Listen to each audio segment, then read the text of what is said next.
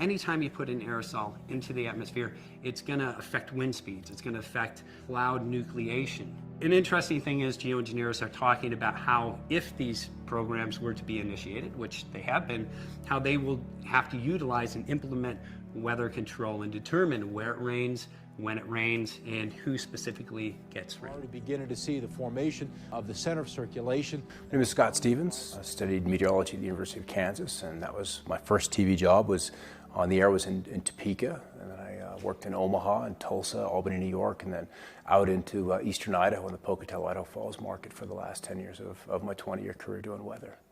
It wasn't until about 2005 when I got deep into the weather modification aspect of this story of geoengineering.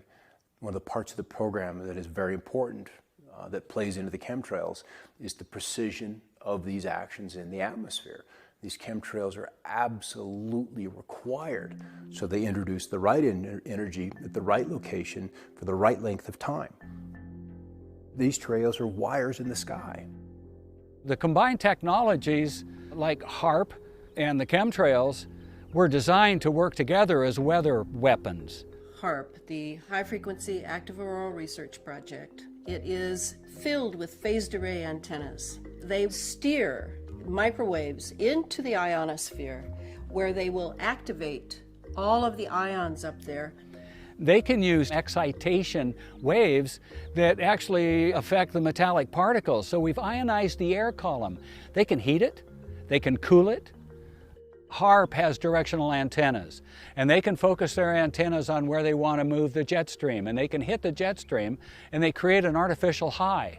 If you accentuate the high, if you amplify a little bit, it's like building a mound of dirt, and you have a little creek or a little stream of water coming. You build the mound of dirt, that water's not going to go through it. So you build the mound, and then that's going to impact storms that are inbound. And so it's very easy to add those particulates of aluminum, barium, and whatever else they want to put in there.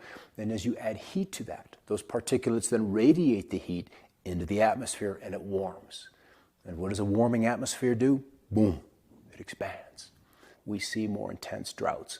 We see rainfall rates of 1 to 2.25 inches an hour, and sometimes even rainfall, 1.25 inches a minute is just unheard of. And so when you get the atmosphere capable of conducting this kind of electricity, plus the engineers, you're going to end up with weather that is extreme, and that's putting it kindly. When they move the jet stream, it then pushes up into the polar vortex. The polar vortex really can only move when there's something impacting it, like HAARP. They can heat up that ionosphere. So when the jet stream comes in, it hits that bubble and it diverts. The jet stream flow that is normal brings precipitation and brings the jet stream right into California. And then it brings storm systems with it. It brings rain. The jet stream got pushed off of the coast of California. It dried us up and took all our moisture away and pushed the jet stream north, and when it hit the polar vortex, it then was ricocheted straight down the east coast.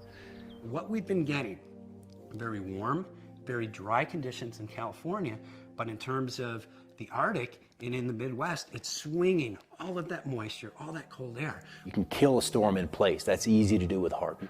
You'll see the texture and the structure of the storm just melt, and it will become just this diffuse, amorphous, featureless mess.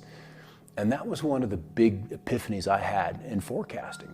Anticipating a winter storm coming through, you've got to set forecast out that night, and you're waiting for the snow to start. You're waiting for the snow to start, and you're waiting for the snow to start, and it just doesn't. And you go outside and you see a warming zone begin to show up on the satellite loops. The clouds literally just begin to warm. And then that collapses the potential of the storm to put down the moisture. It's done. It's shot.